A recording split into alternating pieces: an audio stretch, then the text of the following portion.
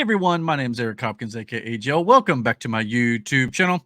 All right, so the hate's getting out of control now, okay? And if you saw my review on the channel about episode 1 through 3 of The Acolyte from Star Wars, you know I'm not the biggest fan of this series. However, episode 4, I am going to argue that it is actually an improvement and is not the catastrophe that the internet is claiming it is here. So let's get into it a little bit here.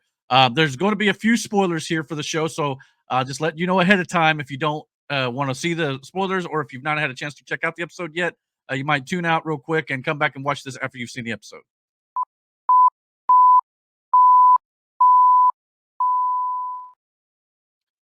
So yeah, there's a few things that I wanted to talk about with this episode here. First of all, everybody's online saying, "Oh, Plo Koon is in this show. Plo Koon is in the show from Star Wars: The Clone Wars. Dave Filoni's favorite Jedi.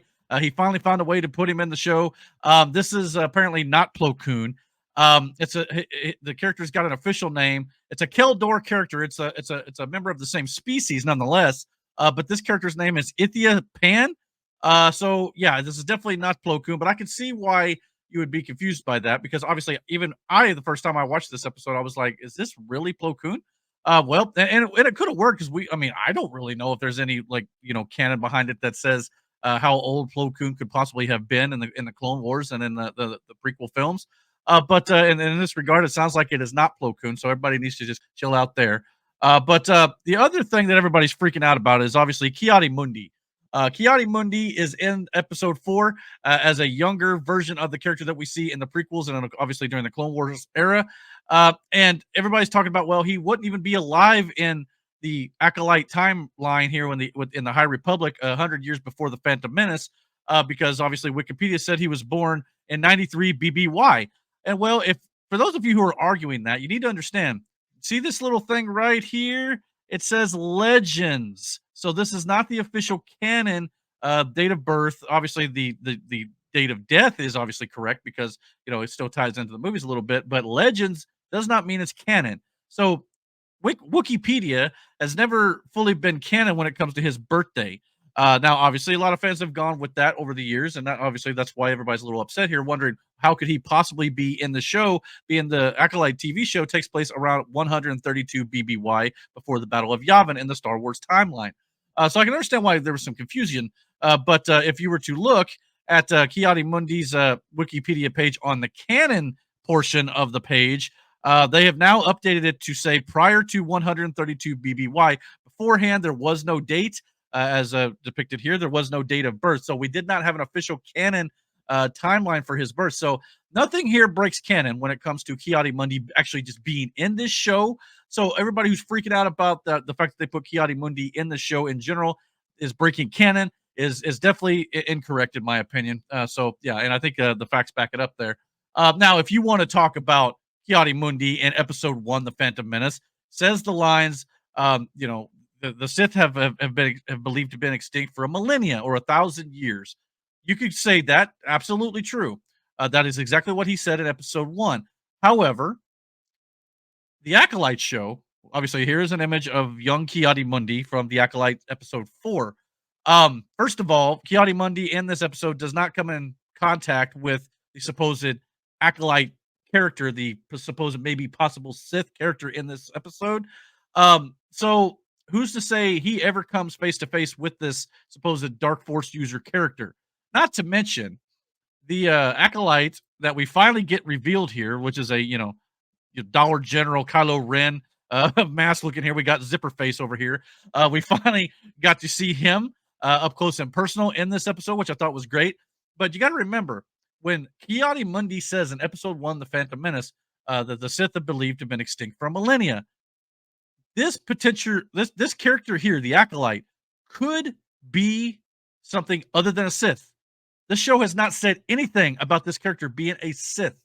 So if that's the case, the line that Kiadi Mundi says in The Phantom Menace is still 100% accurate and still holds to the canon. So again, anybody who's complaining about this yet, the show has not actually showed you exactly what they're doing here. Now, if it comes down the line here at the end of this season or whatnot, and they say that this character is in fact a Sith Lord, it will definitely, I'll change my mind on that. and Ki-Adi-Mundi's line in episode 1 would have been retconned or completely ignored, and the canon would have been destroyed, blah, blah, blah, blah. I'll agree with you in that regard. But for now, there's nothing in this show that is suggesting that they are breaking canon with that Ki-Adi-Mundi line in the Phantom Menace. So everybody needs to calm down there. So enough on that little rant. But also, in regards to this character here, does anybody believe that it is not the assistant to May in this show, by the way? I mean, I think it's pretty well obvious at this point that this is the character behind the zipper mask. No doubt about it in my mind. This is Kamir. So, yeah, I mean, I don't know what else to say about it. I mean, obviously, to me, this is the character that's going to be the man behind the mask. So I can kind of see that coming a mile away. We'll see if that plays out. That's just my theory. But yeah, I think it's pretty obvious that's what they're doing. However, I did think that this episode was better outside of the fact that they did have to throw in the agenda thing there with Basil, the young alien tracker that they had in the show. They had to, say or suggest that it had pronouns, which again, did you really have to go that route? We don't really care. But at the same time, it's one little line. It's not like it's ruining the show. It's kind of like in episode 3 where everybody said, well, you know, two lesbian witches, conceived life in these twins, May and Osha.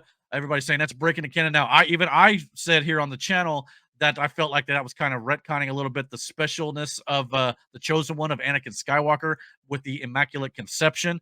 Even I do have a problem with that. However, even and just like in this episode, everybody's freaking out about Ki-Adi-Mundi not knowing about the Sith in episode 1, and obviously he knows about it here. Episode 3, the conception of May and Osha, the twins, we still don't know exactly how those witches conceived those children. It's obviously, assumed it's by the Force, but we'll have to wait and see what they actually do. They've not actually come out and actually said it yet. So everybody is freaking out about this show, and myself included. I'm not a fan of the woke agenda stuff that they're doing in this as well. However, outside of that, I think the show so far has not actually destroyed the Star Wars lore yet. We'll have to wait and see. This episode here, episode 4, did end off with a nice cliffhanger. I will say that when the Jedi go to find the Wookiee, obviously the Wookiee Jedi, so it ends up with the suppose it's maybe Sith acolyte. We'll have to wait and see. Comes face to face with Osha, and then there's a big fight that ensues between this dark character here, Zipperface, as I'm going to call him here on the channel. He goes toe to toe with the Jedi, and as the episode ends here. So we'll hopefully get to see a little bit more of that conflict, a little more of that fight. Coming up on episode 5 next week. We'll have to wait and see. But I just think everybody needs to calm down just a little bit. Look, I understand the frustration.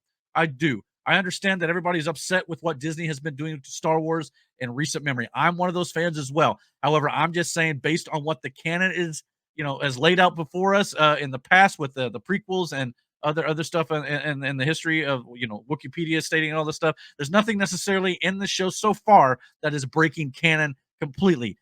So yes, it's pushing that line a little bit. And like I said, if this ends up being a Sith character, I'm going to be 100% on board with you guys because, like was mentioned, Ki-Adi-Mundi did say the Sith have been extinct for a millennia. So if they retcon that and they actually have not, that has not been the case, and they knew about it, maybe it's a cover up. Maybe they're trying to hide it. I don't know. There's ways that you could write this toward the end of this season to still adhere to the canon that's already been set before. So we'll have to wait and see what they do.